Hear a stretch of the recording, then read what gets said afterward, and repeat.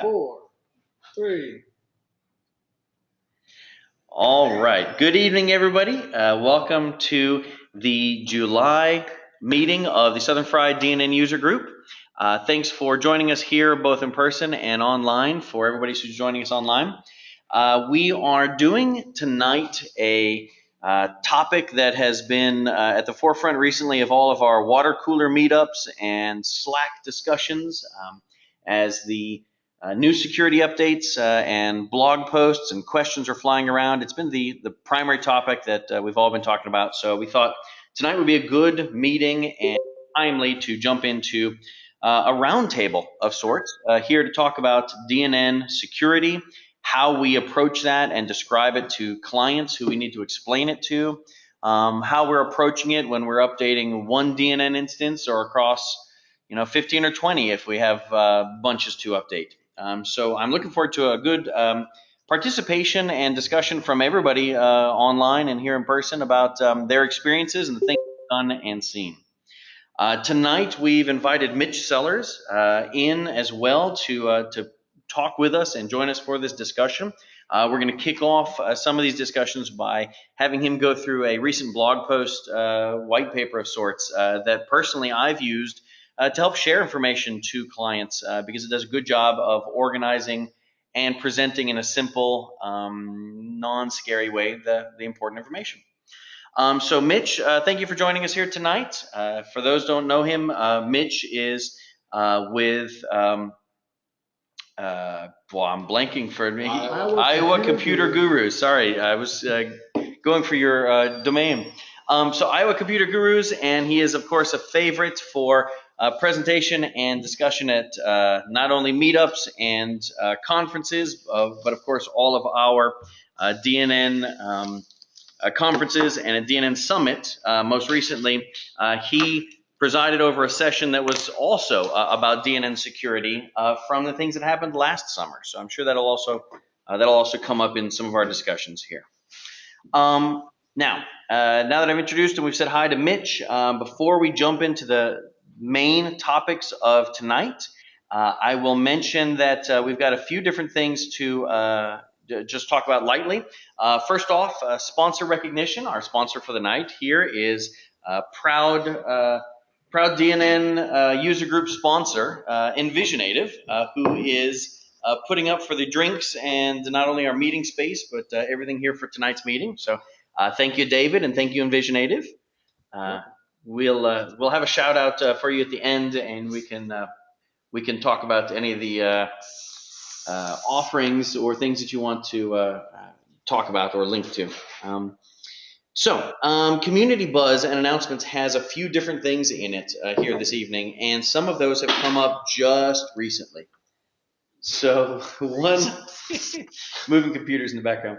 One of the first things that I'll mention or discuss is that at the end of last user group meeting, we did mention one of the community announcements was about change in the hotcakes structure. I think most everybody should be aware and familiar with the DNN e-commerce module and platform hotcakes and some of the changes that they've been going through recently. We'll try and get a meeting together and either blog posts and or guests to come in and talk about the new landscape there with hotcakes. But a decision from a couple of months ago was that they were going to change to become an open source platform.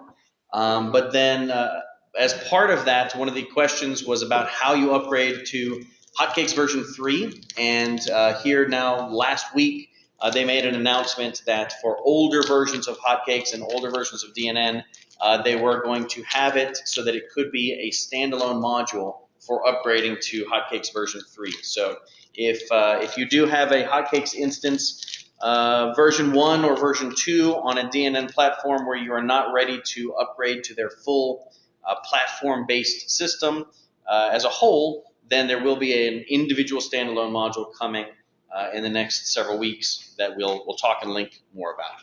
David, do you think that pretty well covers it? Do you have any other suggestions on that? All right, covers the topic. So hotcakes was one bit of information. Clint, we had another module go open source. Who was that? Ventrian? Venturing, yes. Venturing, that was a big. Which was a pretty big announcement. Could you talk about that for just a couple seconds? Well, so to me, it was kind of subtly announced, right? So DNN Summit Twitter account, which I think most people know that I run, we got followed by Scott McCullough, like a new Twitter account. And so I was like, that's kind of interesting. So I went to his profile, then I went to his blog on his, I guess, website that's not venturing.com. And I saw the first blog entry was like, Venturing modules are now open source on GitHub. And I looked at the date, and it was like that day. And I was like, oh, well. So, so I just tweeted it out, and I got a lot of interactions with that tweet, likes, retweets, stuff like that. So, yeah, it's kind of interesting. And if you read his blog announcing it, it was kind of vague, right? But he was still saying that he is working with DNN on a daily basis. Yep. He works at F5, right? But so I think a lot of people use Venturing, and we're kind of wondering what was going on because there wasn't much discussion or interaction or conversation around those modules lately. So now there is on Facebook, Clint, but some of us just don't go on there. Yeah, so I don't know. Dave was trying to get me to quit Twitter and start Facebook. So my 2 cents on that is that some of my very first modules I ever remember investigating heavily on DNN 3 were Venturing modules. Yeah. So that it is one of the core sets of older modules that I remember that were well established, and seeing them go open source means that people can continue to make updates and changes if there wasn't a continuing push from within Venturing. So I think it can be a good thing for those modules and anybody who's still left on them. And one of the first few module suites that were template driven too, to where we could really modify the front end and do whatever we wanted to do. So what killed me was he had the social images gallery or whatever he was working on, and it kind of fizzled. But I was looking forward. That would have been a great one. Yeah. Well, one of the other things in his blog post was kind of showing the, if not sales, the business and interest. Yes, the interest in, and he showed a diminishing wave that as DNN was more enterprise focused and more higher functionality focused, he was seeing less interest in what he had put together. So I actually pinged him about that specific graph because I thought it was a very interesting and somewhat sad picture to look at. But once I understood where it came from, it helped a little bit. It's actually based on Google's tool for gauging interest based on keywords. And he had three keywords in there. And it was showing those, the interest in that keyword. Okay. So not exactly, reflective of what we might have perceived as, but still valuable. All right. So we have two, large, well-known modules there going open source recently. So we'll keep up with those, and that kind of rounds out some of that community buzz type things. We're going to come to Summit in a second. But Clint, did you have anything else to add in? Yeah, I was just going to say that I have recently worked with a beta version of a module extension that's coming out. That's all I can really say right now. Well, thanks, Clint. But I will present on it in a couple months, and it will allow me to replace form and list. So I'm very excited. Well, that's a nice little hint. Yeah. Thanks. So if you use form and list, just know there is help on the way, and hopefully in a couple months. Yeah. So right now I cannot upgrade and get current on DNN. I can't go to 9 because form and list sucks on 9. To me it does. I see. Yeah. Because all the pop-ups and all this kind of stuff. And it's that you just really need to replace it with Xmon Pro at that point? Yes. Yes. Okay. So and he doesn't want to. I'm not sure. I'm not sure I'm understanding what you're describing. Maybe I should. But anyway, so I'm excited because I finally able to get current. Okay. And I'll be able to. And you can do a presentation at the same time on With that. maybe less pain. I'm looking forward to it. Sounds good. With no robots involved or no turkeys. That sounds. IoT? No, there completely should I was be going to robots. say, do you think there's a way you could integrate some robots and/or turkeys? I'm not that far along. No. Okay. Yeah. Well, I mean, just don't. Keep an open mind, right? At least bacon. We Yeah, don't gotta close have the door. something Don't burn that southern bridge. in this. Well, and since we're talking about the scuttlebutt here or whatever, around the water cooler talk here, I guess, did catch wind that there's potentially a new e-commerce player coming on the scene as well for the DNN space. So stay tuned for that. I really can't say much more on that. Nice way to be vague, David. Oh, you're welcome, man. You're welcome. Yeah, no. Are they going to be like more kind of pro DNN? Okay, yeah. Well, we'll come back to that. Okay, guys. Come to the bar Next for community buzz and announcements is really to talk about DNN Summit. We want to spend a few moments talking about the activity. If you are on Twitter, if you are paying attention to posts, if you've seen the DNN Summit website, things are getting updated because we are moving towards that time of year again. And officially, this past week or two, the call for speakers has gone out, and we are looking for your sessions. We're looking for people to promote and suggest ideas and pitch them. If they're not even fully formed, they'll get fully formed as we all work together on it. If you've got a great idea or want to show something off or train something, people on a specific topic, we really want to get people engaged with new material and new ideas for DNN Summit this year. Clint, been doing some things. Brian? Yes, go ahead. I just want to add one little clarification to that just for my sanity. Yeah. If your idea is not fully formed yet, reach out to me. My information is out there on the call for speakers. If a submission comes into paper call and it's not complete, it will not be accepted. Okay.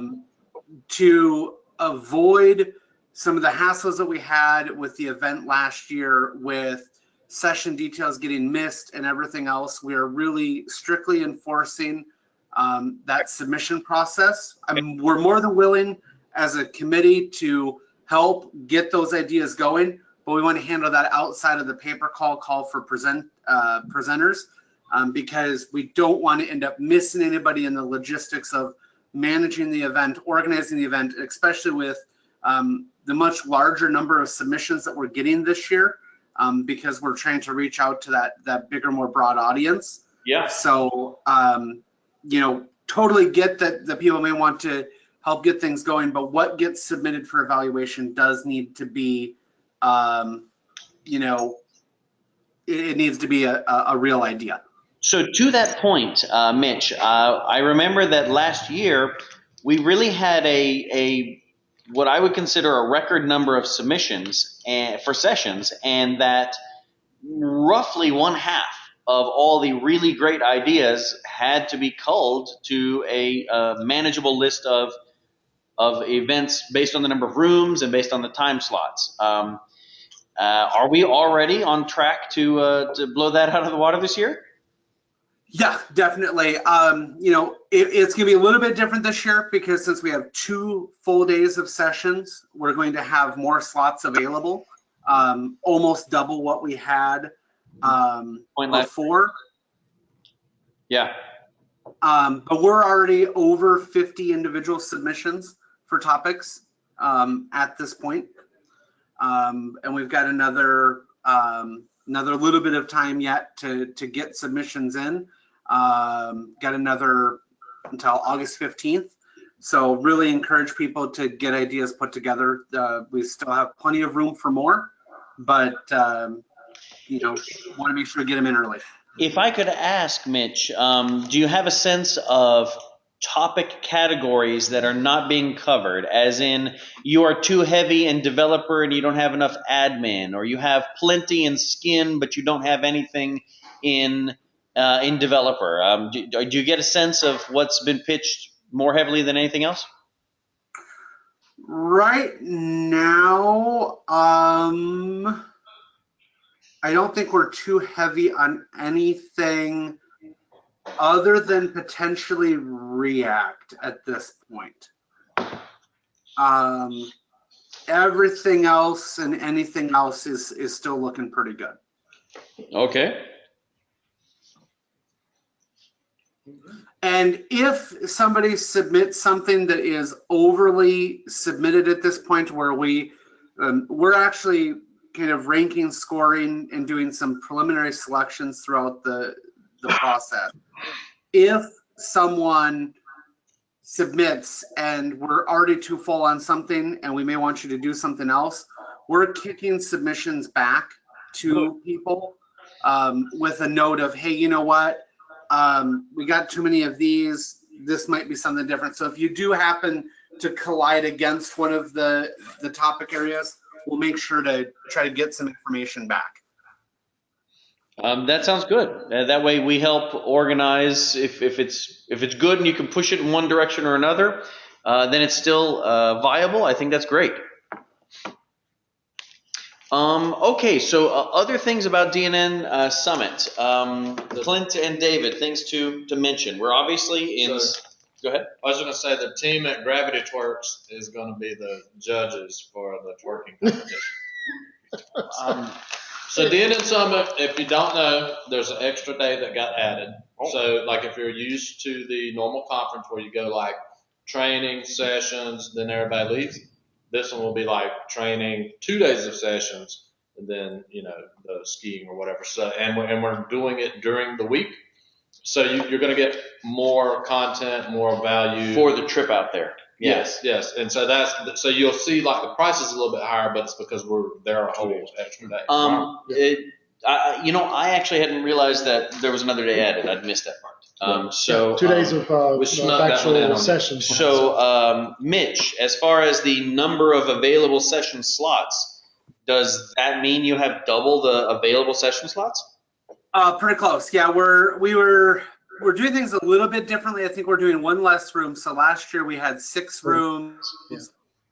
So actually, no, we do have more than double. Because last year we did 6 rooms and 5 slots. 6 slots. Now we're doing. Yeah, we actually had 36 slots last year. Yeah. And I think 36 last year, and it ended up being like 35 because no shows. But Okay. Well, so then we've kind of talked about location. We've talked about a number of days. We've talked about needing speakers. We obviously need sponsors, and we're needing people to sign up for that. How about location? Anything different? Any other different suggestions? If you went there before, Everything's the same. we're in the same locations. Same thing.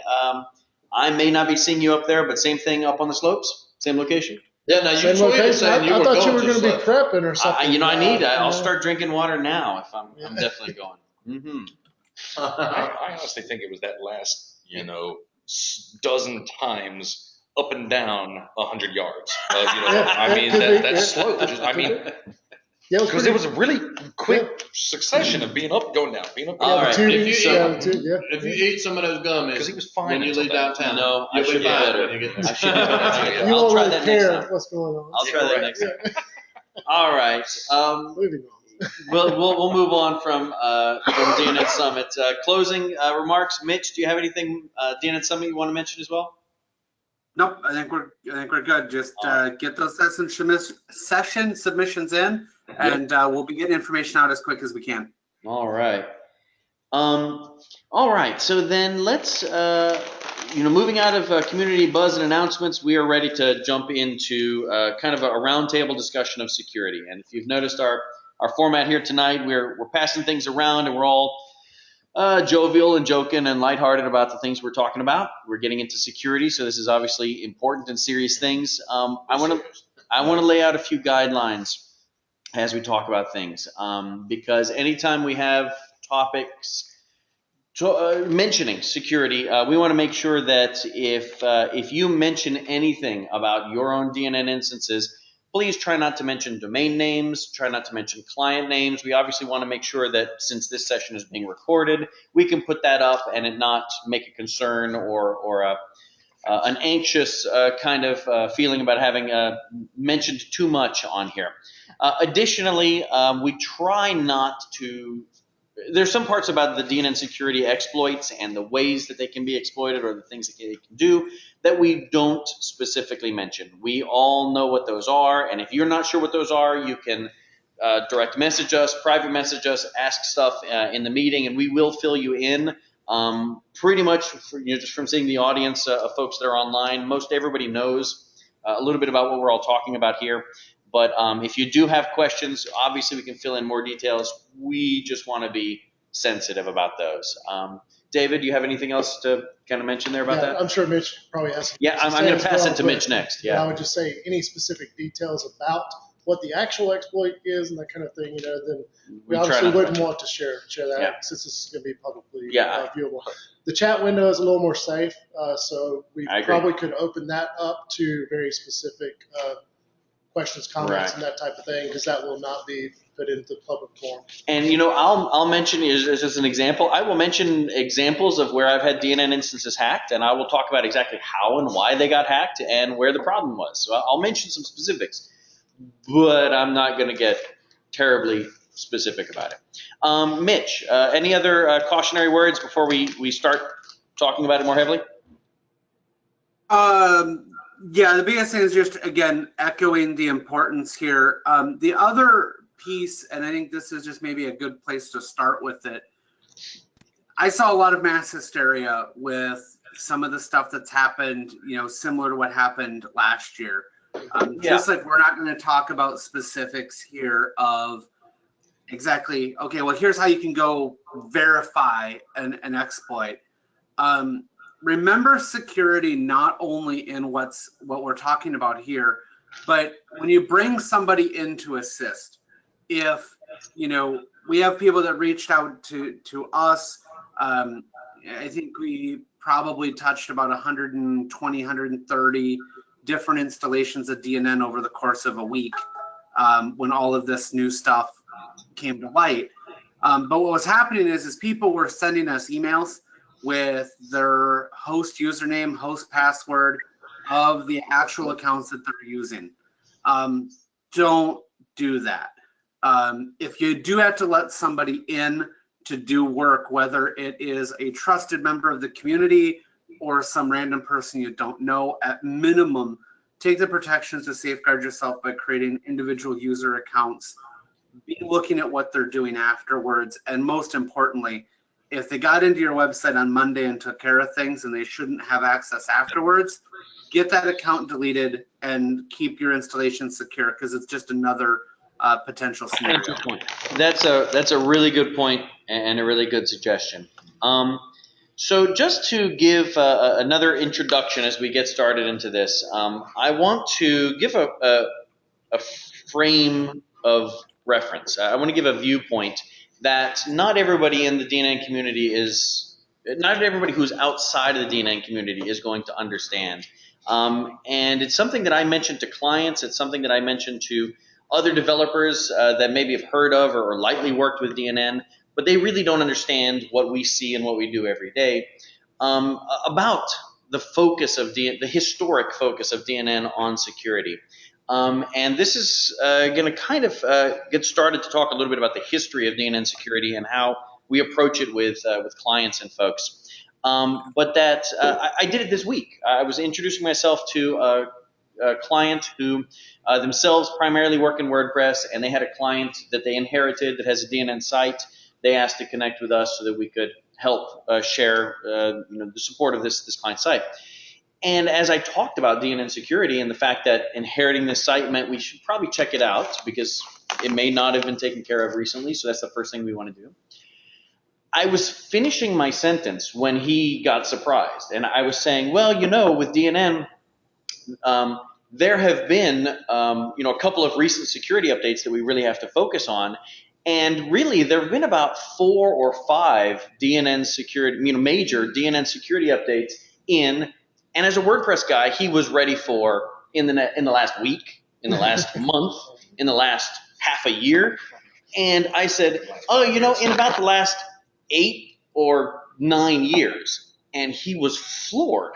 And I said, well, that's because DNN has always been focused on security. And I then, segued into explaining that the DoD chose DNN to be the official outward-facing platform for sites like the Marines and the Air Force and the VA hospital and all of these DoD-based things because of that security background, and that's something that not everybody has. So when I have clients that are getting emails, some of them are Evoke clients, and so they receive the email that says there's a security patch that has to be put in place. Some of them are seeing it just in the internet, in the community in general, and they're asking me, and at first they're concerned or they're worried, and it's my response and the way that I respond that I think helps calm them down quickly, because just because we have some good security updates that we have to do now and they're important does not mean that we are in the same kind of boat that you have with other kinds of systems that have other types of Wild West mentality of framework, that we're in a very different place. And so that's one of the first things that I like to talk about security is that, yes, we've had 2 or 3 different things here recently. One of them has been with the Telerik, which is not DNN Core itself, but is a third party. It's similar to the security updates that happened, or security focus that happened a year ago and maybe 2 years ago, where we were looking at doing the same type of thing with the FCK editor from back in the day. So it's not different than previous security updates that have not been focused on something about DNN Core or something that was a concern or a problem. So I kind of want to start by just talking a little bit about that history that I've seen and the way that I approach it with clients. David, Clint, Mitch, anybody want to add into that? Well, I'd like to echo. I mean, that's actually a really positive note about all this, because I know people that have lost their businesses, that are in jobs like we have, where we're servicing clients. They've lost their businesses because of a security issue or a series of security issues. And yeah, we've had some heavy impact situations, but not to that level, and it's actually quite a blessing that it's not a common thing to happen. So it's very nice. Yeah. Well, to kind of talk a little bit about the recent things that have happened, and we then from DNN Corporate got some updates here this week. So there's an even newer update to this that we'll segue into in a moment. But Mitch, let me pass things over to you, and in whatever format you'd like, let's start by talking a little bit about your blog post where you give a good overview of these most recent. And it's up to you, Mitch. If you want us to make you presenter, we'll pass over to your screen, or I'll drive on your page here, however you like. We'll let you continue to drive. GoToMeeting and my 3 monitors don't always get along well. I know. And plus, I'd have to close too many windows. Right. So the biggest thing, more than anything, I created this blog post for some that were very attentive. There was actually an original version of the blog post that was removed after consulting with Corp a little bit on a couple of things where some stuff was removed. But the main reason why I went to the level of creating this post was that we had a lot of things happening all at once. In the end, there were 4 separate vulnerabilities that were all discovered within, a day to a day and a half of each other. And the outbound communication on the specific vulnerabilities were done in a manner that wasn't necessarily capturing everyone. So I agree with that. As we look at it, totally understand how and why that communication was being a little bit fragmented. Yeah. But one of the situations that resulted in, maybe the right person not getting the content was, DNN Corp was fairly proactive in getting this communication out, and in a couple of cases, sending a couple emails throughout the process. But what they were doing is they were sending an email out to only those that had purchased a particular module, which is a great process overall. However, what we see a lot of in the community is that the person purchasing a module may not actually be the person working with it, whether it's a third-party environment or a Something even as simple as the person that purchased it no longer works at the company. Yeah. And the email address is dead. Or the purchaser is a controller at an organization versus the IT department, and that can often happen. Exactly. So what we found is that, half of the people that we knew that were impacted had heard about it. The other half hadn't. The other thing that kind of drove this is there was an unfortunate situation where a couple people did not read one of those emails in as much detail.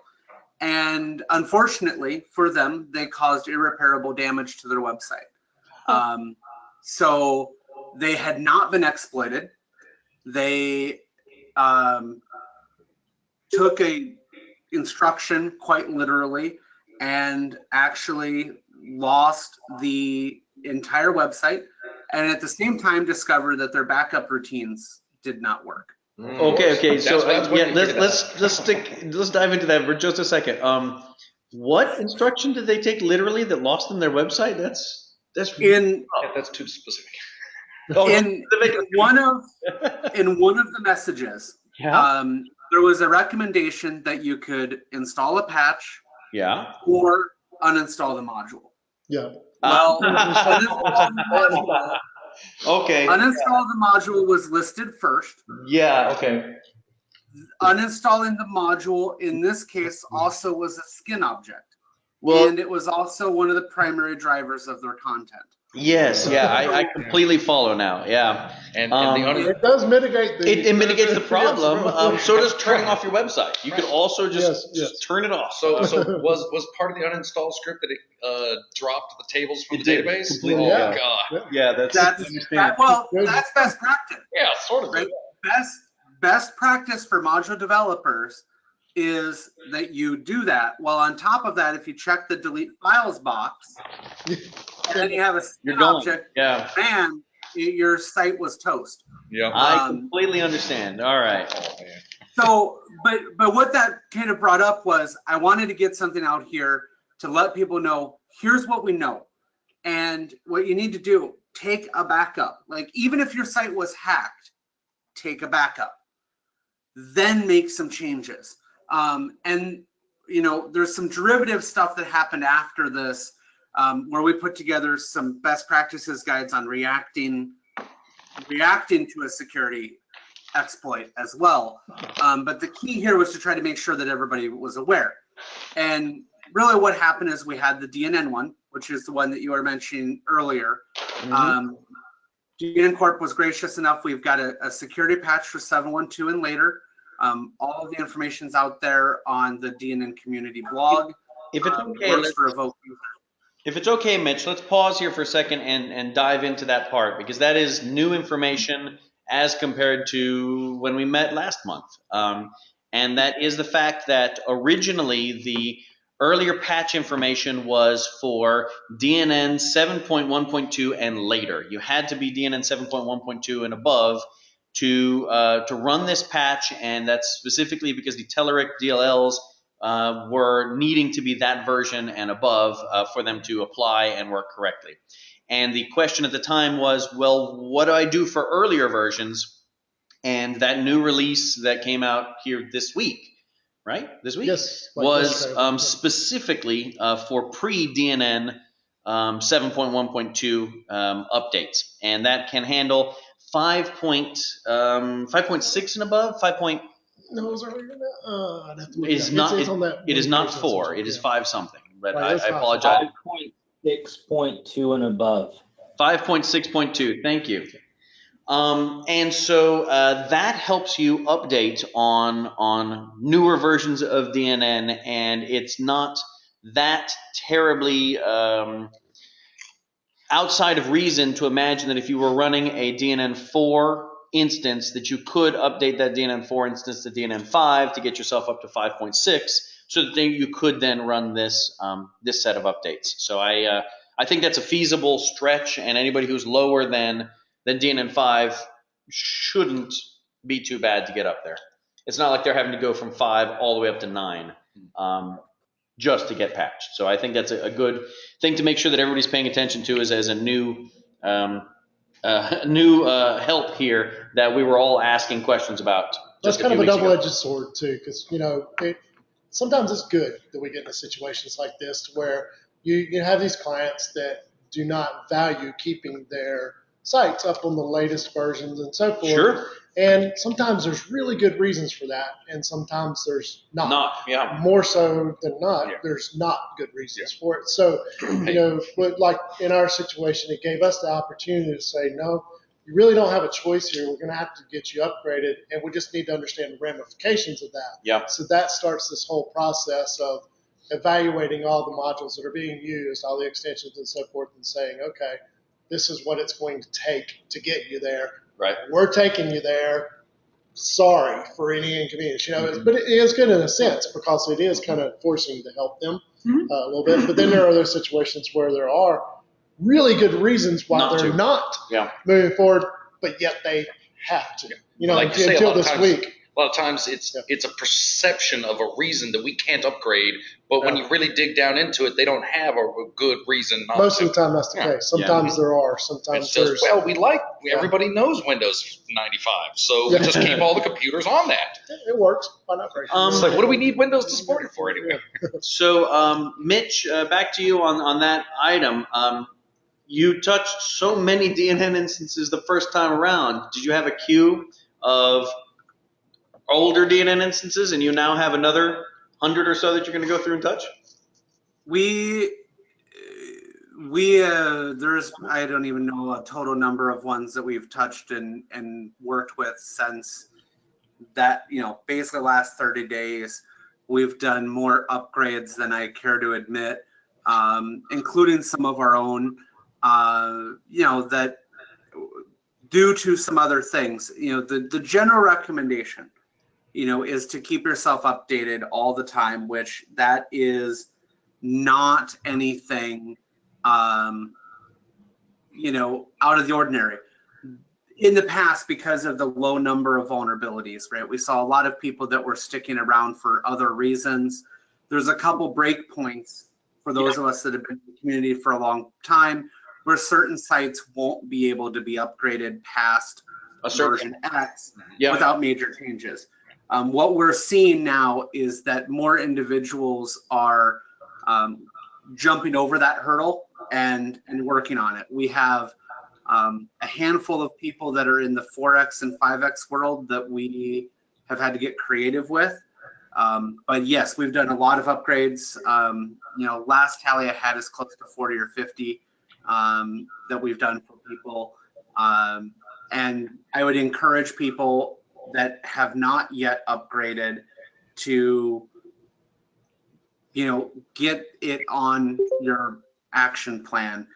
The other thing is, and this is something that we saw with this, and I don't have it mentioned here, but last year's incident where people were removing, needed to remove that installwizard.aspx.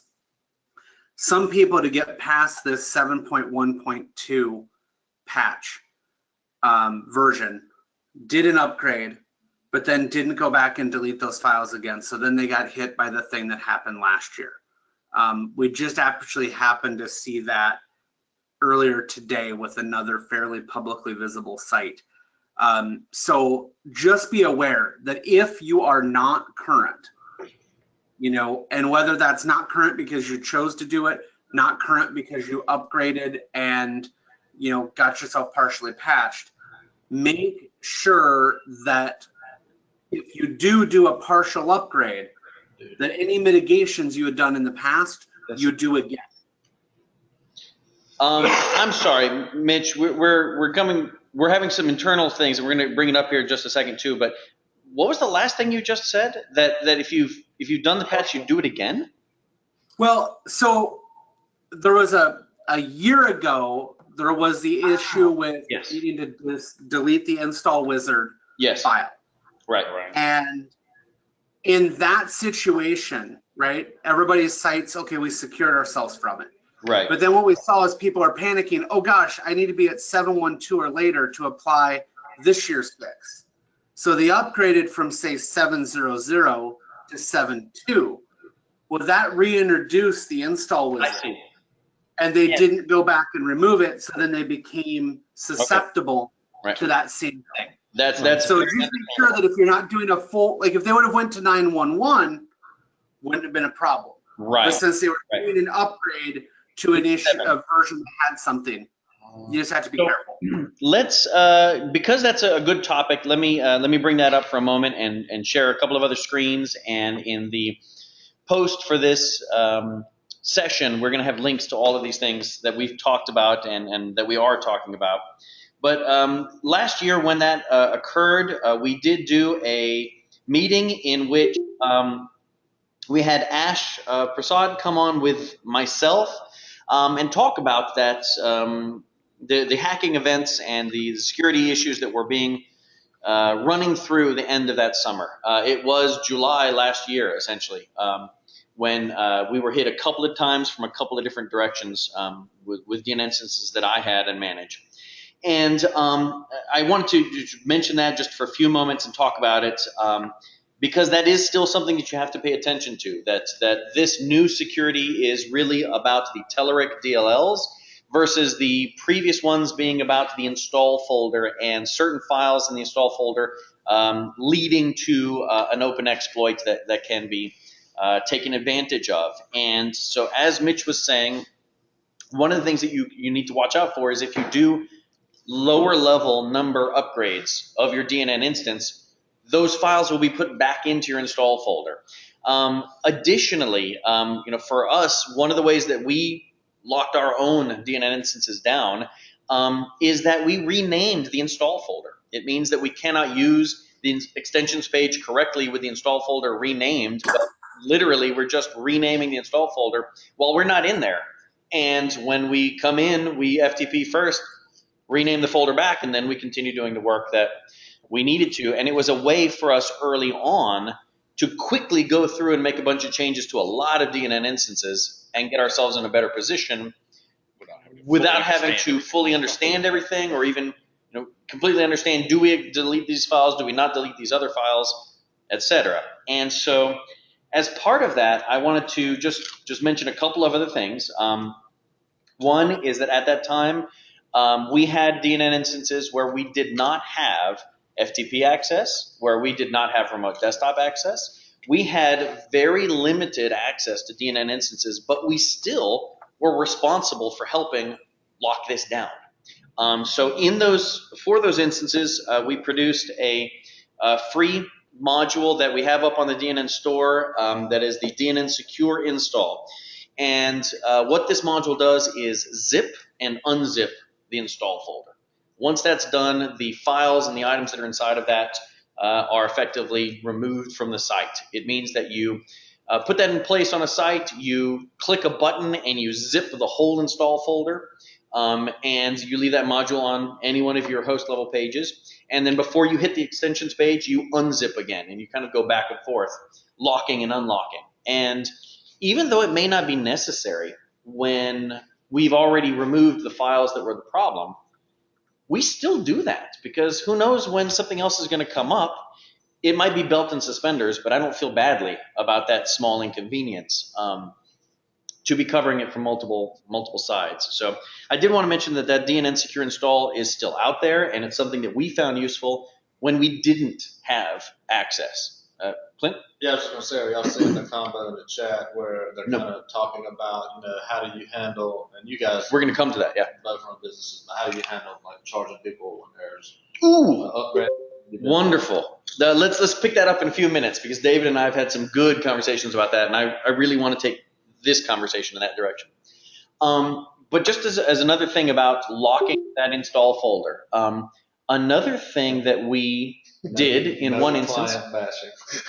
Yeah, we won't be bashing any clients. Another thing that we did as a way to lock down that install folder was where we did have remote desktop access and could really control things in IIS, was we did folder-based IP address restriction. And that was something that came in handy to us. From within our office location, we were still able to then run things and do things with the install folder, but that IP address restriction effectively took care of that folder for us. David, you had something recently where I gave that to you as a suggestion, And it kind of came up as a larger idea, and I wanted to bring that up here in today's meeting and ask Mitch his thoughts on it, because I wonder if at some point, for security purposes, that type of lockdown is something we should consider doing in our DNN instances, where we limit host activities and we limit other types of activities to an easy to manage IP address lockdown. I've seen those kinds of things in other inferior types of CMS systems, and I wonder if anyone's really talked about that or thought about it in our community. So in my experience with having banking customers and done some fairly high volume e-commerce, we've actually implemented some strategies to do exactly that. Utilizing load balancers or other hardware to basically stop people from getting to any host page unless they're a member of a certain, unless they're from a certain location. It's getting a little bit harder. We have not done it with the new persona bar yet, in terms of verifying that those same protections work. But yeah, there's definitely a demand. Certain security audits will actually raise it as a concern. Interesting, but interesting to know that you've approached it from a a tailored, handmade approach, that you've been able to accomplish the same thing, and that's encouraging. Encouraging that we follow the same path. We've had to go as far in one installation where security was a major concern, to actually disable the ability for anybody to be a host without special administrative action being taken on the server. Now that was a core change and much bigger thing. So are you describing, though, in that, just for interest, something where you have to lock or unlock the ability for any kind of host action to occur? Is that what you accomplished? Yep. Locking and unlocking the ability for anyone to. And again, it was a change to the core, so it's not like it's a module on the shelf for anybody. I follow. Yep. Just curious about how it was, how it acted. So that's interesting. Okay, so Mitch, we're coming back around to some, because I interrupted you and kind of injected this aside. We were back over about the patches here, and maybe there's some confusion here. I need to make sure we clear this up. And Will is on here, Mitch, you're on here, Joe's on. So we've got some heavy weights to help answer. Did I misunderstand? Earlier this week, there was a blog post that announced that the security analyzer had been updated, and there were some updates to that so that the security analyzer could be run on older versions of DNN, which is awesome. But wasn't there also an updated patch that took care of these Telerik modules for older versions? Versions of DNN? Did I misspeak? So there's one. So what I know, and Will and Joe, by all means, what I understand was there's a Telerik editor patch that people were missing.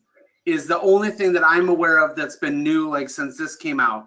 So if you did this mitigation and you were working within the Telerik RAD editor, you would see that the pages drop down wouldn't work. So then with the last release, with the 911 release, there was an optional update to the RAD editor provider if you were using it that would allow you to basically fix that. And Will or Joe, can you confirm? Yeah. Yeah. Go ahead, Joe. Go ahead, Will. Go ahead, Will. You've got more details on that. Okay. Yeah. So that we definitely released 911, and that had a patch in there for that Telerik issue, and it also had some patches for some of the other updates in there. So that's separate, right? So that's basically the version upgrades for people to be able to stay current, and that's of course going to be the most secure way for you to do that. Now, what has happened here is we did release an update to the security analyzer.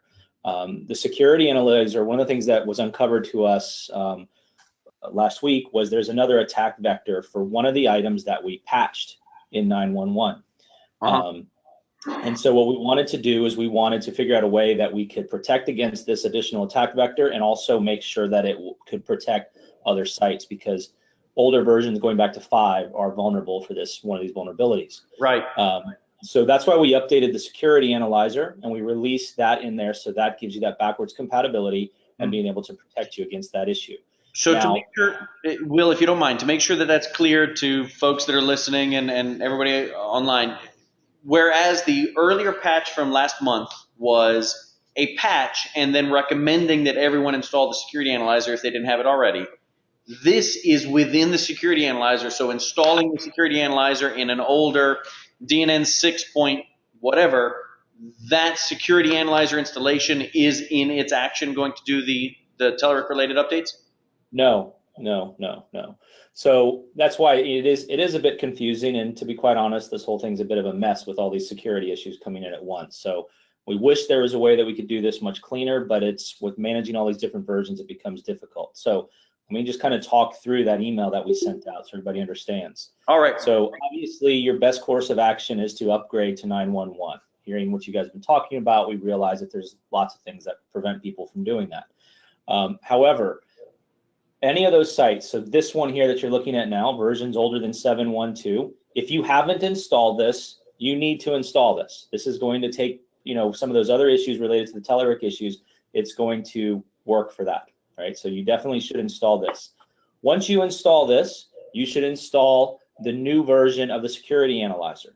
Okay. So that's going to protect you from the Telerik vulnerabilities, and then also one of the other vulnerabilities that we recently patched. Okay. So again, if you've already installed this security patch, we did a very limited release of this because quite honestly, we don't want to encourage people to stay on old versions. I understand that customers can get stuck, but really, and patching things like doing these little folder fixes for the install wizard. If you go through to the security center and you switch to the version you're running, you will see all the vulnerabilities that you have. Right, so even fixing the install wizard, if you're on an older version, you could still be open to other things. Right. So we want to encourage people to upgrade. We want to work with people to upgrade. We want partners like Mitchel and Visionative and More Creative. We want you to work with customers and your customers and get them upgraded too, ultimately. Yeah, and so to interject there for just a moment, Will, I apologize. We all recognize and we all encourage customers to get updated. And many times we're holding the reins there. We're able to drive that with those customers. But there certainly are understandable, realistic environments where they cannot. We're working in their IT environment, it's their servers, and they do not have an ability to update the newer version, and they are stuck on ASP.NET 3. They are never going to go to ASP.NET 4. Okay, in that situation, we either got to move their site or leave it where it is and it stays in the DNN version it's in. So sometimes you are or if you're heavily using some custom modules or some third-party modules that are not supported in later versions of DNN, then it's a real quagmire because they have to have a whole development project to replace something that's unrelated, that's just a casualty of the upgrade war, Yeah, exactly. So we're right there with you. Always upgrade if we can do it, but this is going to really help out where we're stuck. Right, and it's just a matter of making sure that also we didn't want to also give a sense of false security, saying, oh, here's this critical security update that we're fixing for these Telerik related vulnerabilities, and even if you apply this on versions older than 7.1.2, it'll correct that, but there's still other vulnerabilities that you still may be open to. So we don't want people to get a false sense of security there. Now, on the versions that are newer than 7.1.2, of course, there was that patch that we released before, and if you install that patch, you're still fine. But everybody needs to install the latest version of the security analyzer, even running on 911. Install the latest version of the security analyzer. All right. So there was a question in the chat, and it was essentially saying, is there a vulnerability in the security analyzer itself, and is that why it needs to be updated? No, there was not. No. We're using the security analyzer to deploy fixes when possible. Gotcha. Okay, thanks. Yep. Will, I interrupted you a few times. Did you have any other points that you wanted to get back into? No, I think that pretty much covers it. Just I apologize for some of the confusion in that email, but one of the things that we did too is that email went out to a much broader list. And I think even some of you guys were talking about that. Some of the I think Mitchell mentioned in the beginning that some of our early communication was only to our commercial customers. So we did expand this email, and we wanted to make sure we reached as much members of the community as possible. So. And some of them weren't aware that they were still vulnerable. So that's why we wanted to kind of expose that a bit more. And Will, go ahead. I think you did a great job on that. I mean, I got 7 copies of it, but that's wonderful. I had a lot more people come to me knowing after that last email, which is fantastic, and we really appreciate that too. Overall. Good. Glad to hear that. Thank you. Will, I want to kind of ask a question on that thread about email here. That a couple of customers who themselves are developers, they buy things inside of the DNN store, they would have received some of those first initial emails. They asked me about that. For them, some of them was the first time they've ever gotten an email from DNN Corp, certainly like this, and it was a welcomed change. They were like, wow, we're getting some notices from DNN Corp. We're seeing some information coming out. That's really nice. I like being included on notes and updates like that. And I kind of use that opportunity to say, well, yeah, you should come to the DNN User Group and you should be participating in the community. You'll hear things like that all the time. But, is there is this a sign of more information and more sharing and knowledge like this coming out by email? I agree. Mitch said that it went out to a lot more people this time, and I love the way they're written and how things are handled. I'm sure you agonize over that as you wordsmith it, but they're very appreciated by people on the ground, is what I'm hearing. And are we to expect more of those? Do you have plans for more other types of things, or one thing at a time? Well, I'm definitely tired of communicating security issues. So agreed. Deal. Yeah. So yeah, I think that one of the things that we've been trying to do is to just as there's people that are positive about the emails, you wouldn't believe the hate mail that I get back sometimes too about some of these emails. So really, we're definitely working to try to improve the way that we're handling that and allowing people to kind of opt into some of these channels. It's the security. One of the things too that we're still working on is a better way of managing these security alerts, and being able to allow people to subscribe. So I did post a link in the chat window to the security center. We're actually going to overhaul that a bit over the next couple months, but there is a way for people to subscribe to security specific emails right now too. Because right now we're having to use some of our marketing lists to get the word out, and that's really not ideal. We want to get the information out to the right contacts. So definitely, because of the amount of emails, we're not shy about sending these emails when it comes to these issues anymore. And it was the first time where we've sent out a broad communication to customers of third-party module vendors. But because of the severity of some of these things, we felt it was important to do that. It was important, yeah. Yeah, we'll continue to communicate that way for sure. Hey, well, and I did want to add a little bit to that, Will, because I think you saw in this last round, not the stuff this week, but from last month, a slight change in something that we're looking as we revamp the security center to actually incorporate more information about third-party components and modules, and to try to be more of a security center for the entire community rather than just for our individual products.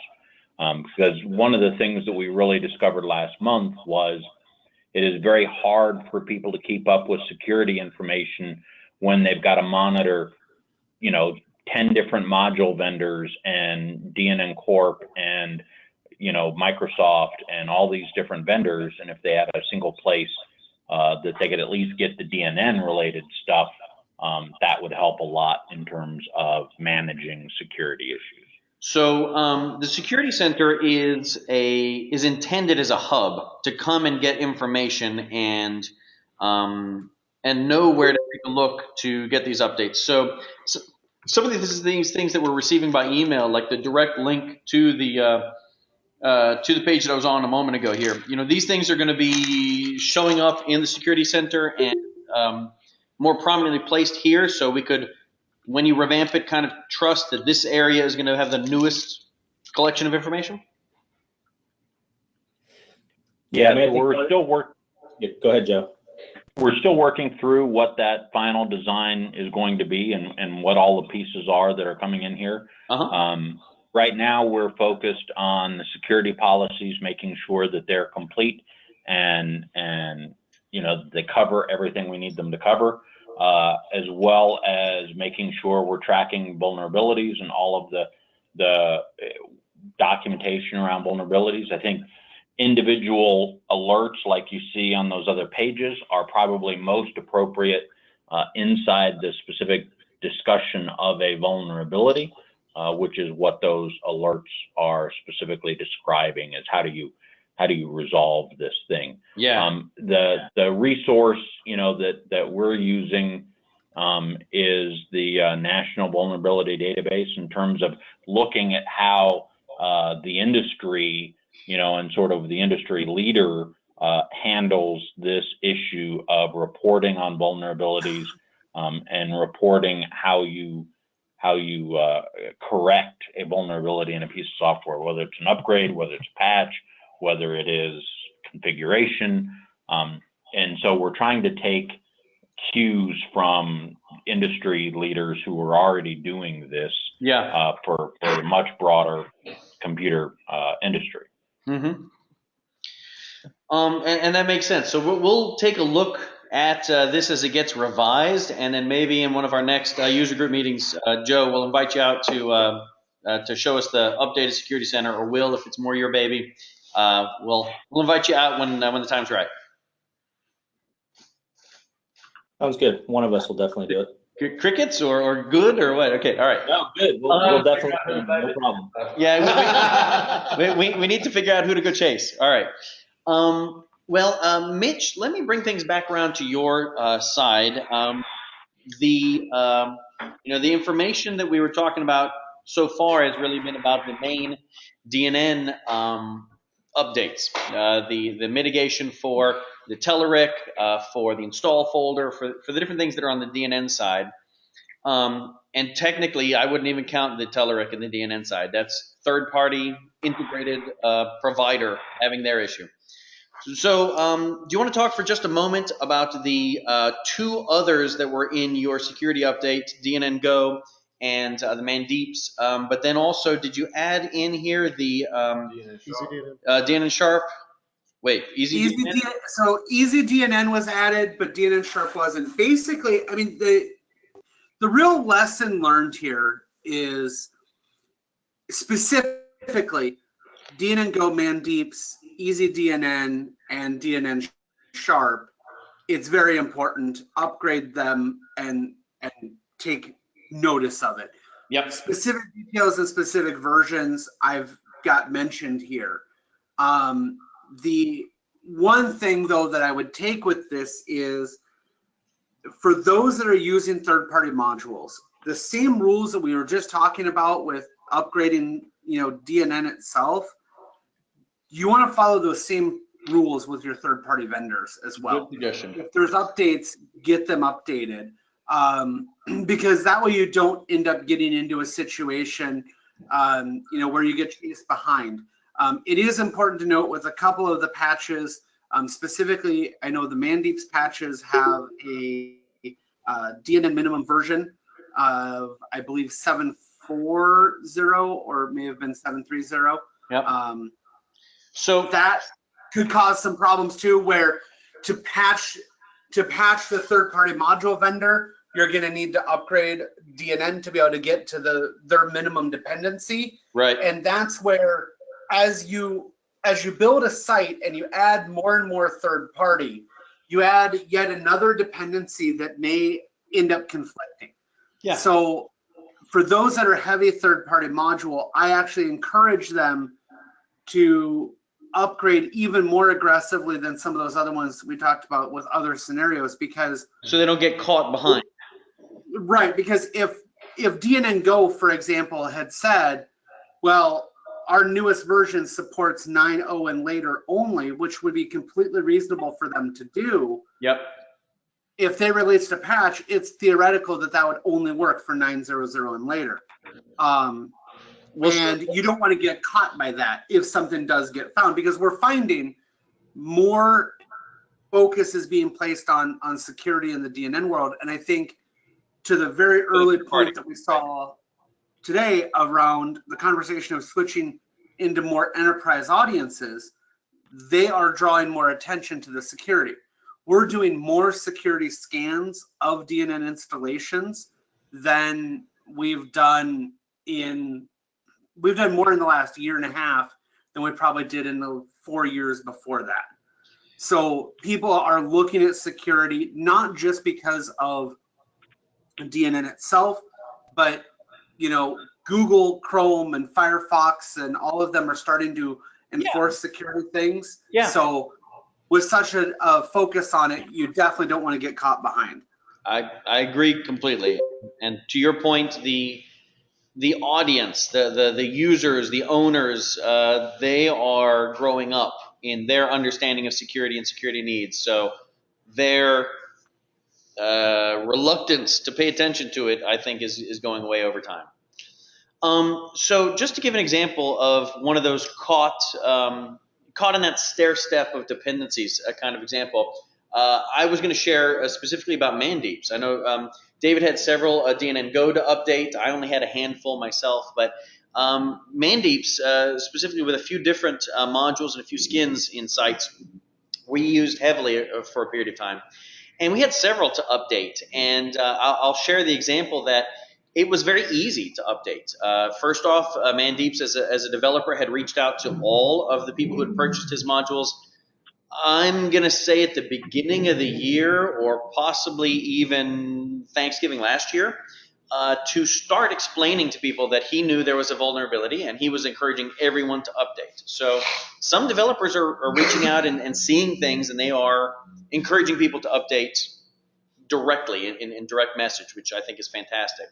And in this situation, when it came up as part of the larger security bulletin, it wasn't a surprise to me at that point because I was already in the loop. But one thing that I was surprised by that I hadn't thought about, just as a consequence of the licensing model that Mandeeps follows, is that there were instances where we needed to update to that newest version of XYZ module, which we had an enterprise license for. Great, no problemo. Went and applied that patch, that updated version, to about 12 different sites and was like, all right, hot dog. And all of them came up as requiring license. And I thought, no, wait, I have the license. Okay, let me go check. Go to the DNN store. Wait, that's the version that I have. I have that version, enterprise license. That's right. His enterprise license allows me to do an upgrade for a year within the purchase of that enterprise. And so at that point, I'm outside of a year easily, and now I need to relicense to be able to do all the ones that I had just updated. So do be aware in that kind of scenario that I went and it let me patch with the patched version easily, but that automatically unlicensed my modules, and I needed to go and then apply a new license, etc. So you can get caught in a stair step of dependencies where you need to upgrade DNN, you need to update this module. You can also need to watch out with these individual third-party providers to make sure that even though you're quickly going in and applying that patch, that you're under license for whatever version you had previously going up to that new version. Yeah, and there's an interesting point to that based on a couple of the chat conversations, when it comes to budgets. We see this a lot where, somebody purchases a third-party module and they utilize it because it fit their budget needs that year.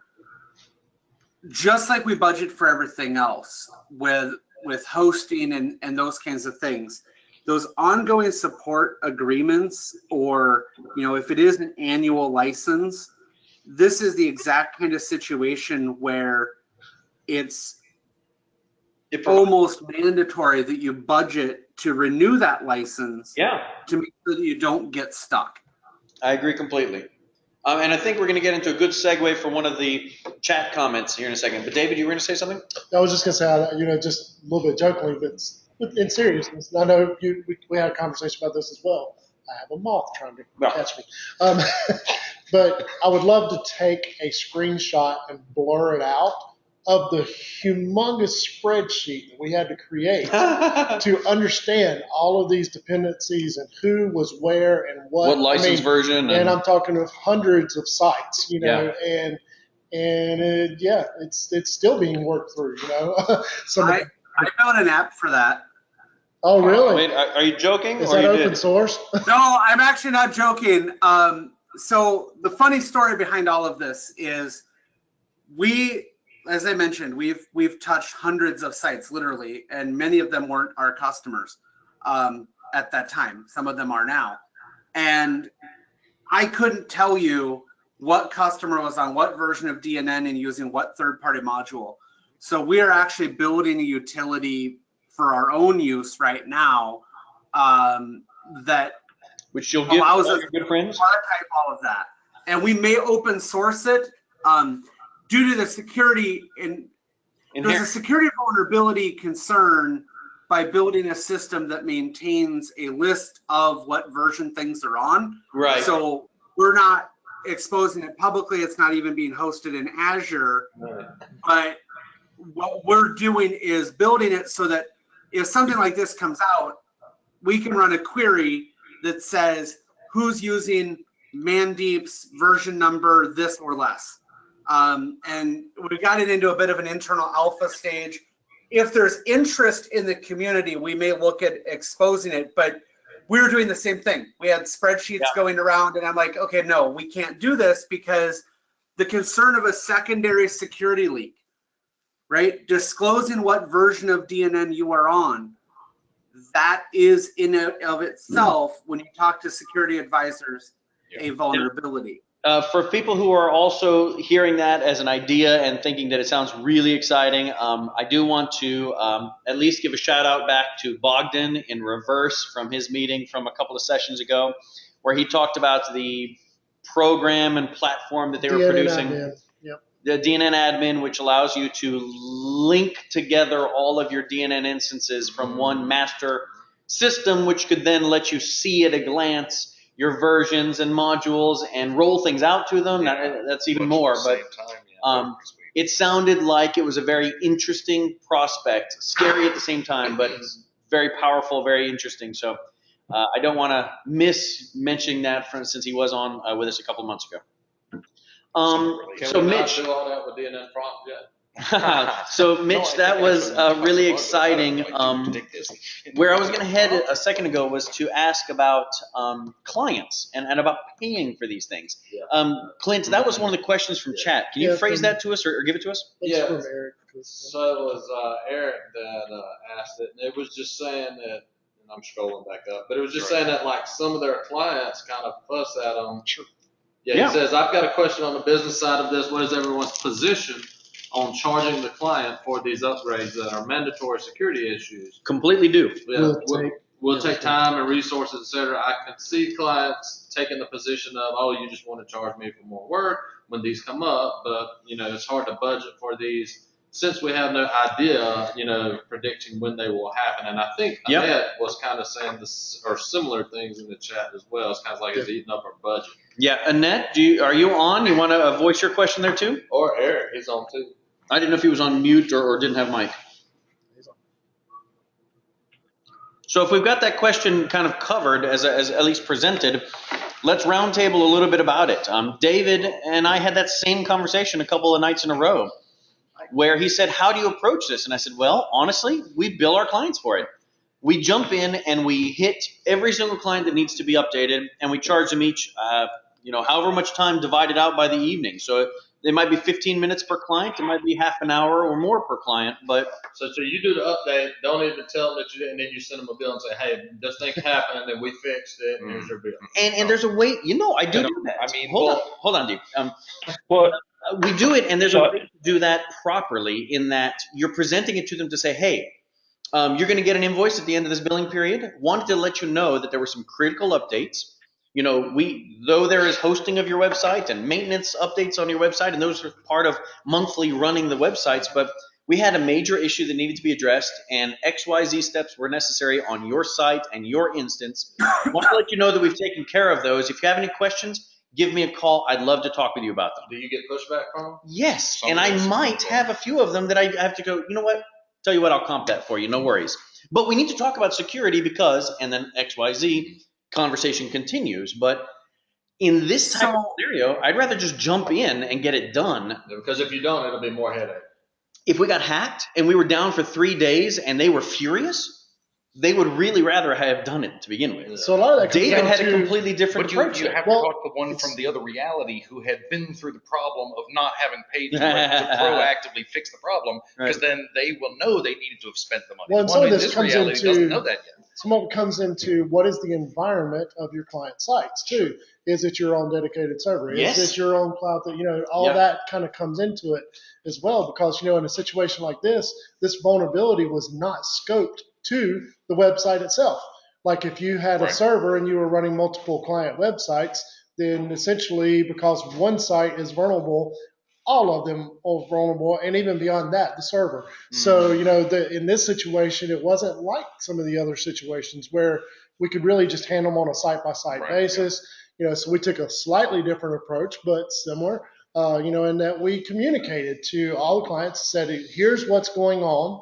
Some of you are already taken care of. You're on a maintenance and support plan with us, you know, we have taken care of it. Some of you, because you may be on that plan, but you have a situation that is more complex because you're locked because of various reasons, you know, a module lock or whatever.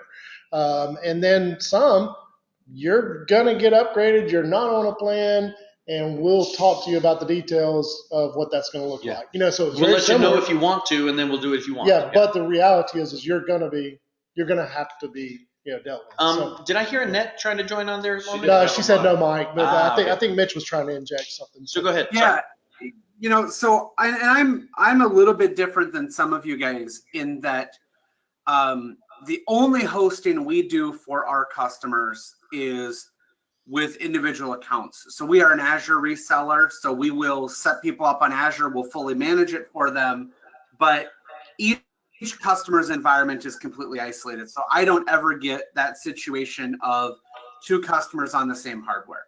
And this is exactly why I don't do that. And one of the things though that we've been doing, and I've been doing this for a couple of years, because we noticed that without doing it, our customers weren't taking the right actions. So when we bring a new client on, we're working with them as we do an implementation, and we talk about, okay, this is what's going to cost to do your implementation. This is your hosting. This is, you know, your support. We're working with them on budgets as well. And what we're looking at is we're looking historically at the number of DNN releases. We understand that sometimes, you know, you don't go with every one. I can get into specifics, but we purposely decide sometimes to not take a particular upgrade.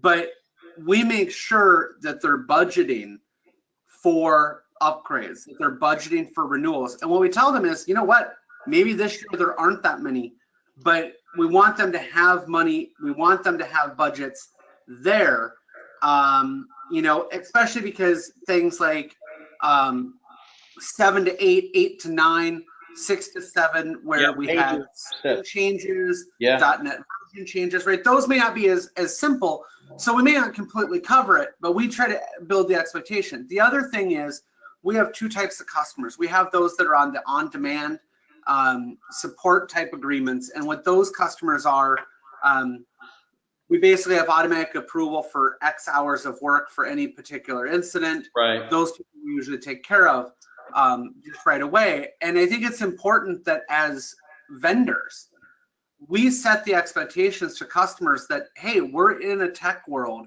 This is exactly what can happen. And I don't think that everyone's been proactive about doing that. We had to do it last year.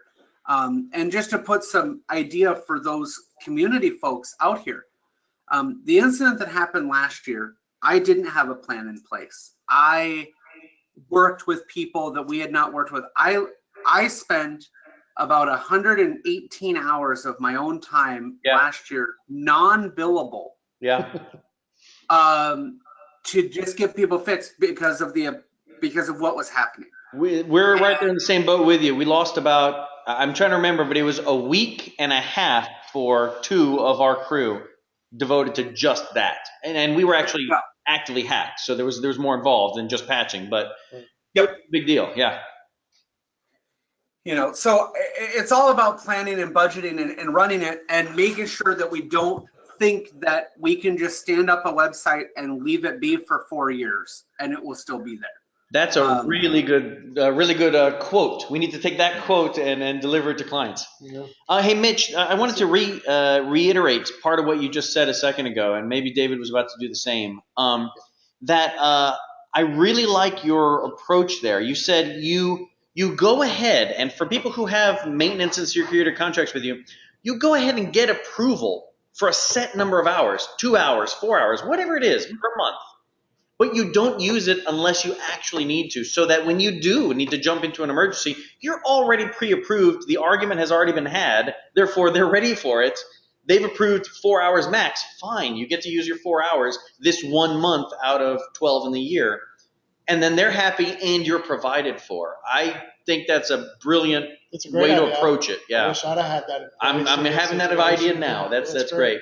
To give another question for you, though, over from one of the ones that came in, where they were asking and they said, what do you do with a client who's on an annual budget? Maybe like we were last year, and you said you were last year, you haven't planned for it. You haven't prepped the client for it, and you find yourself, you're stuck right now for so many more months. They have a fixed budget. How would you approach it with the client? Well, one of the things that recommend?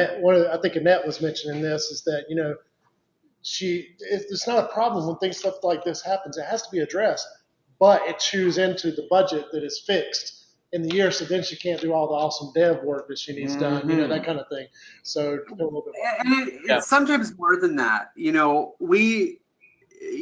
I almost, it almost pains me to say this publicly, but whatever. We're family. Our goal is always customer focused, and right. If you look at our mission statement and why I started consulting when I did, within reason, we're going to work with our customers. And what we have done, we have customers that, have weird requirements for fiscal years and things like that. We've agreed to do an upgrade and let them pay us at the beginning of the next quarter. Yeah. We've done that kind of thing, and we will still do it within reason, and as long as folks aren't taking advantage of it, because it is this important, and we do understand budgets are fixed. So really what it comes down to is each situation is going to be a little bit different, but that's where being a flexible vendor and understanding what's there is kind of the key. And in the end, it's about doing what's right. I second that. At the end of the day, it's you being a good supporting person for your customers and your clients, and being family to them and taking care of them when they need it. So that is, at the end of the day. It goes back to your Ignite session. Yeah, absolutely. Yeah. I'll say there that, we invoice the clients for the things because we know we just have to get it done.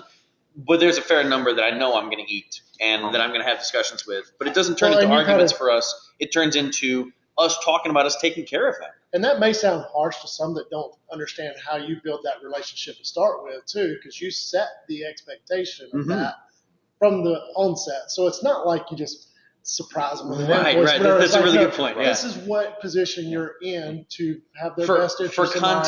For context, for anybody who doesn't know how we bill things, we bill hourly, and we rarely have standing monthly retainers or set amounts with clients. We're billing for the work that we are doing. I came out of an industry setup where I saw retainers being great for the company that had them, but just fleecing the customers left and right, and that irked me. I didn't want that for my own business.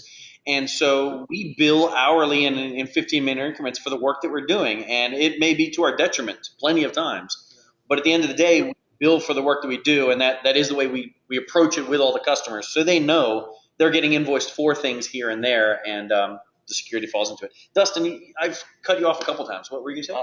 I mean, well, mine is anecdotal, Yeah. just because, and you're going to feel where I'm going immediately, because I always use the same kind of metaphor for our industry. I like to liken it to being a mechanic.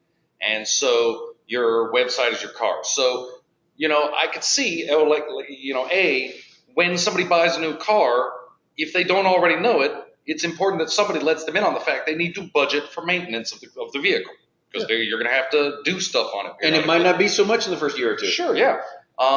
Then the other half was that I first started thinking about it with in relation to, okay, well, which one is it? So, so saying like we've got a critical security update that we need to do. I know it wasn't planned for. We didn't expect it, but here we are. We need to do it. So is that like, the mechanic gets to explain, well, I mean, you can't There's budget. been a recall. Right. Well, exactly. That's where I'm going. Is this a recall that should be covered by the factory warranty? Yeah. Or even if you're out of warranty, or is this that you have to took, get the brakes fixed? You have to Right. replace certain parts periodically, and that's, so I don't know. I mean, a security, major issue, instead of just yearly upgrading to a newer version of DNN to avoid that, possibly. That may be the maintenance version. So I told David, or we were talking the other day about a specific client, but we're saying, a website being done is like the grass being mowed. Yes. Yes. Yeah. That's actually done a for a while. good analogy. Yeah. But, I mean, that's a good point, though. But, in this case, the manufacturer, unless Right, exactly. unless they're Like, which in a is Vogue, I mean, if in a focus for core issue or something, yes, it's covered, right? But that almost but it's never the is what work we've of been actually talking doing it. about. It's still- But we've not been talking about Right, that. we We've haven't. not been Yeah, talking yeah, about yeah. DNN core vulnerabilities. Yeah, We've been exactly. talking about Telerik. We've been talking about FC. Well, I mean, and it's kind of an interesting scenario though too, because we're not the recall example. I think is a great one, because we're not in a world where you do get the fix for free. It's just you have to upgrade, and I think that's what we need them to understand. Hey, that's a really good point. You can get something new, but you're going to have to actually do the work to get there. Now, before it slides away, there is a comment in chat that I really want to make sure that we touch on. All right. So in the comments, one of the things, and I do hear this from customers, we don't have any confidential information, so I'm not concerned about consequences. That's a good point, yeah. Okay. One of the things, and the best way to think about it, and it's basically been public knowledge out there, one of the things that's happened with one of the vulnerabilities was a defacement of the homepage. Yeah. I was going to go hit the Ohio as an example. Yep, and it was Governor Kasich. It was Governor Kasich's website.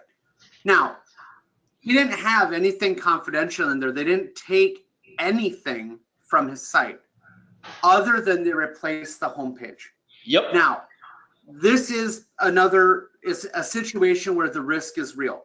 Now, this is more mild than what was happening last summer. Yeah. Last summer, True. the website looked totally fine, but a user was given a pop-up window that accidentally downloaded something. I would tell you, last summer, I had multiple conversations with the FBI because a government user was impacted by one of my clients. Yeah. And that website that was purely informational with nothing confidential, nothing secretive, no credit card processing, no public user login. It affected the users who were browsing.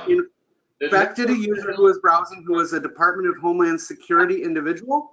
And then we had to talk with the FBI about why that website had that issue. So you had to explain to them base 64, and you had to explain to them, don't click on every link. Have you been colluding with Russia, Mitchell? Oh my goodness. Well, I'm just going to leave that alone. Mitch, let me ask one more question to put it out to the table, because there was one more bullet point that I wanted to get to, and that was about other types of security. And I'll start it off by asking a couple of questions, but then I want it to go more open to other things outside of DNN. But one of my questions here is, are there other lockdown tips that we should be doing? One client developer of ours, it's a partner, asked me about the honestly, they asked me about the DNN copyright and asking me whether they should go into all of their sites and turn that off so that it doesn't show made by DNN in the copyright keywords and meta information. And I said, yes, I can understand your direction there, but trust me, any scanner that somebody's putting across things doesn't need to look to that. I mean, that might be a key, but that's not the only way they're going to figure out this is DNN pretty quickly and easily. So to me, that's not a big deal. But is that a recommendation that people should do at the least because it's easy?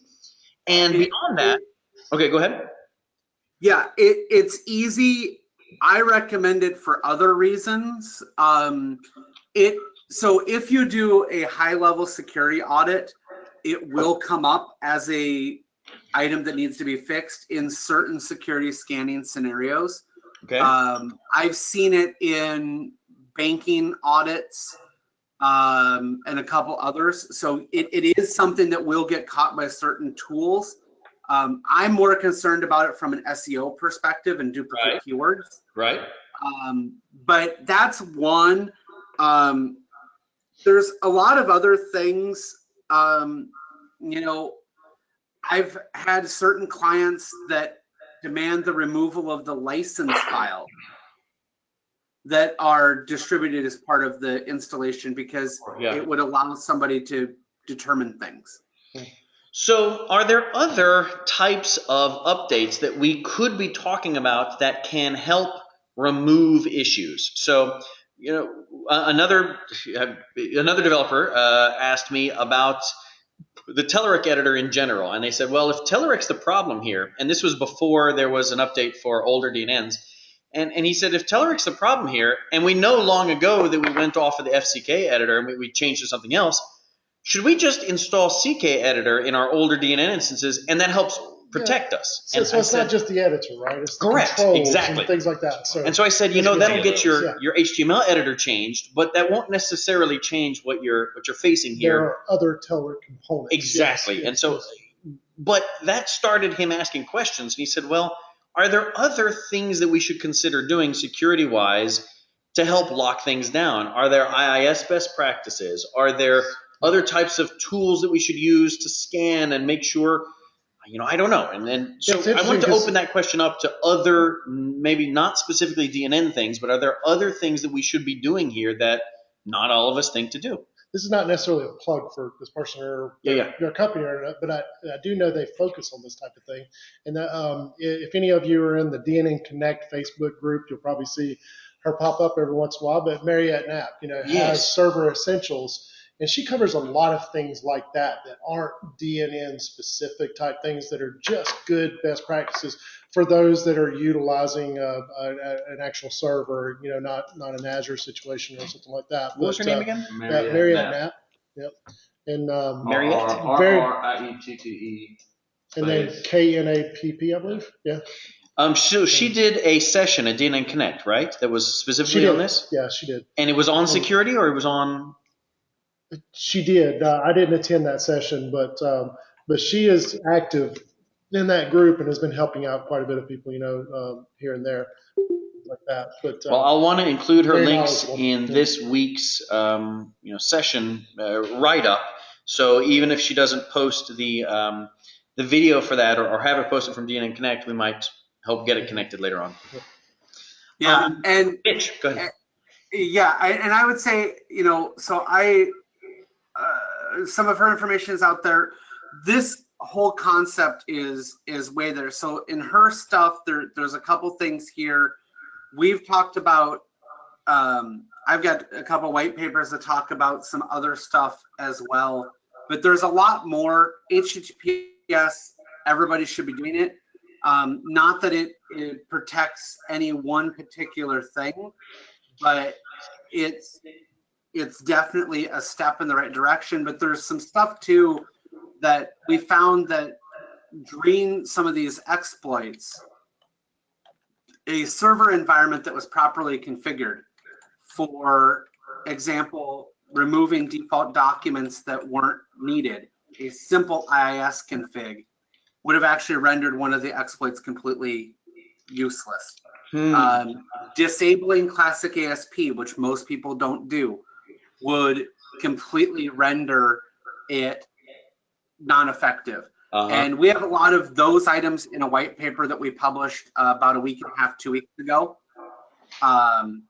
And there's a lot more to that, but that alone is a couple-hour conversation at least. And then if you're in Azure, things are a little bit different. Some of it's more secure by default. Others, you actually are more susceptible to oops moments. Okay. As a good point there, Mitch, I went to your blog post, but David's going to pass me the link to that white paper.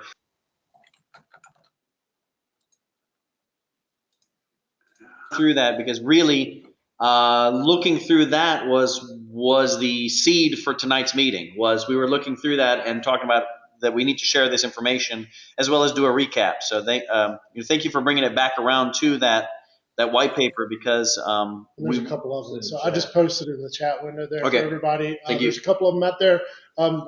Mitch, I just wanted to thank you publicly for creating these, because it's really good, because he covers things, that are like, don't do the knee-jerk reaction, and just go apply things without really understanding what you're doing and what the ramifications of that. Don't uninstall them. Don't uninstall them.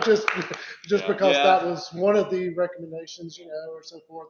And I really appreciate that. It's definitely valuable. I've said this on to quite a few people, including clients. So, if nothing else, while we're on the footing of thanking you for being the awesome force that you are, it's another chance for us to publicly do so again. Many of us in the room learned anything that we knew about DNN in the beginning from you and from your blog posts and from your website. And here, this is just another example of you continuing to be that leader in the community, putting out stuff because it benefits the community. And you're a great person for doing that. And we thank you, and you should know that you led many of us all this way. So thank you again. No, I appreciate it. I mean, our goal here, right, and this is something that I think is one of the things we maybe didn't discuss on the client side of things, right, is we had hesitation in posting that blog post that I did and keeping back some of the information, because I didn't want it to be seen as a money grab. And we talk about that a lot, right? Yeah. The customers are like, oh, do this, or you're just doing this to get money. We held back. I had originally posted some more information to try to prevent that, but then there was some concerns with doing so, so we pulled that back. Yeah. And one of the reasons why we're doing this is, and trying to share this information, is if we're more secure as a community, everyone benefits. We'll share the information. In the end, some of this stuff people aren't going to be able to implement. You're going to look at these documents and be like, I don't know what the heck you're talking about. Totally get it. But our goal here is to try to put it out there. If you're comfortable with doing it, great. And you know what? If you don't need us for anything, you don't. And I think that if we have more vendors that continue to think about this kind of scenario, which a lot of us that are here, that's why we're here, right? I just want to see what's best. I know, given our time and everything right now too, I just want to real quick, these 3 white papers, there's 3 scenarios that are kind of covered here. This first one is talking about SSL. We all talk about SSL. We all know that, oh, we can buy an SSL cert, check that box that says enable SSL. That's not everything, especially if we look at what we need to be doing as website managers. So it talks a little bit more about that. The next one is very specifically that vulnerability and exploit response best practices. It's exactly what David mentioned. It walks you through how you should do it. We're encouraging our customers to put a response plan in writing. We have one in writing for internal use. We share it with our customers that want it. And that's something that's, kind of, I think, important for everybody else as well. And then the last one is that extra web server hardening stuff. That's all of the little things, the disable classic ASP, disable PHP. Lower that attack vector as much as you can.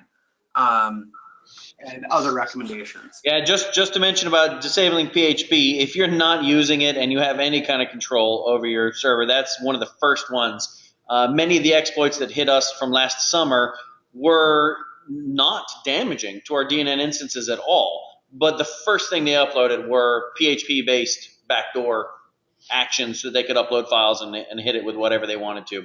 And if you have it open, it's something you can overlook. So it's not needed in the majority of instances, so turn it off. And for those on Azure App Service, you're the most vulnerable because by default, PHP, ASP, and sometimes Cold Fusion is enabled by default. Wow. Don't ask me. Yeah, don't ask me. Our mouths were straight open. Wait, Cold In Azure, Fusion? really? Yeah. CFL? Yeah. Oh my gosh. Yeah, some of the older plans, they don't. Cold Fusion isn't on the newer plans. We see that with some control panels now, but PHP, etc. They want to make everything work, but it's your responsibility to configure. Turn it off, yeah. Yeah.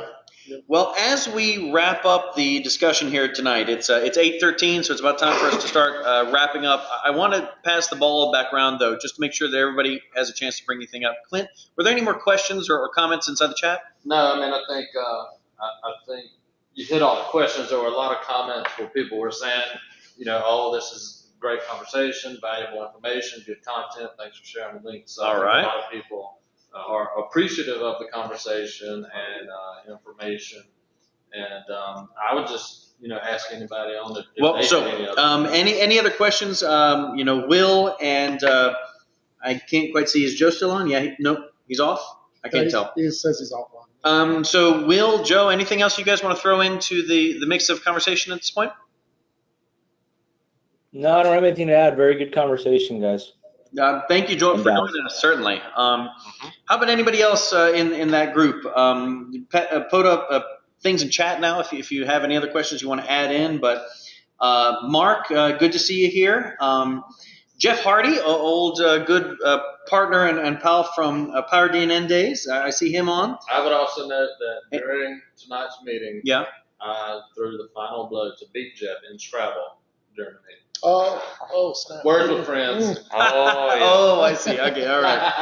So is there anybody else on that wants to add in questions or things that we didn't touch yet, or bring something back up that was painful to you and get some conversation around it? All right. Well, thank you very much, everybody, for joining us. We'll go ahead and start closing out tonight's session. I will bring back over my bullet list of things. Kind of wrapping up this roundtable here, we've talked about security and updates and ideas, and we've shared stories. All those can continue on Facebook. Certainly is a large location where people are having some of these conversations. If you want to do more, join the Facebook. If you're not connected with Facebook in the right groups, David can help you get it connected. So if you want to either text or chat or tweet or email info@southernfrieddnn.com, we can get you help get you connected. To DNN Summit. A reminder to submit sessions to DNN Summit and make your plans for DNN Summit. It is in January, but February. I'm sorry, it's in February. It's just around the corner, though, as far as booking and as far as getting your plane tickets early. Some of us who went last year debated over whether buying tickets early was better than buying tickets at the very last minute. And maybe we'll look back and give some people advice on what we saw last year based on that, because I think we did half and half. Yeah, we got bad advice. We got bad advice. Like, just wait 30 days out. 30 to 14. That's your perfect spot. No,